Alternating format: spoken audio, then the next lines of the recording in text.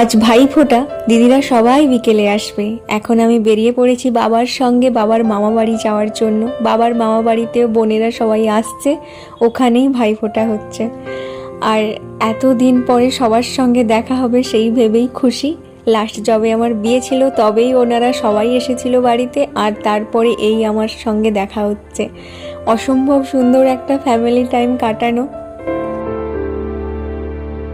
এখানে ভাইফোঁটা কমপ্লিট করে দুপুরে লাঞ্চ করে আমরা বেশিক্ষণ ওয়েট করিনি, প্রায় 4:30 নাগাদ বাড়ি চলে এসেছি। কারণ আমার অনেক কিছু প্ল্যান ছিল।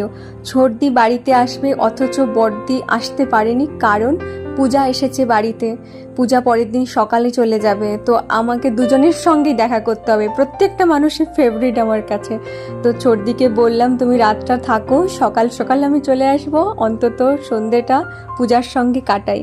তো দিদির বাড়িতে গিয়ে পূজার সঙ্গে কাটালাম গল্প গুজব। পরের দিন সকাল সকাল পৌঁছে গেছি দিদির সঙ্গে, আর দুজনে একসঙ্গে বসে পান্তা খেয়েছি বহুদিন পর। দিদি এত সুন্দর চাট বানায় না, ওটা স্কিপ করা যায় না।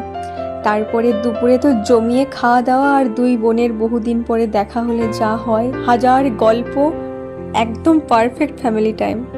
ভাইফোঁটা শেষ, দিদিরা সবাই বাড়ি চলে গেছে, আমি বাড়ি চলে এসেছি। এখন বাড়িতে কেউ নেই, একাই বসেছিলাম। নীরবতাটাকে একটু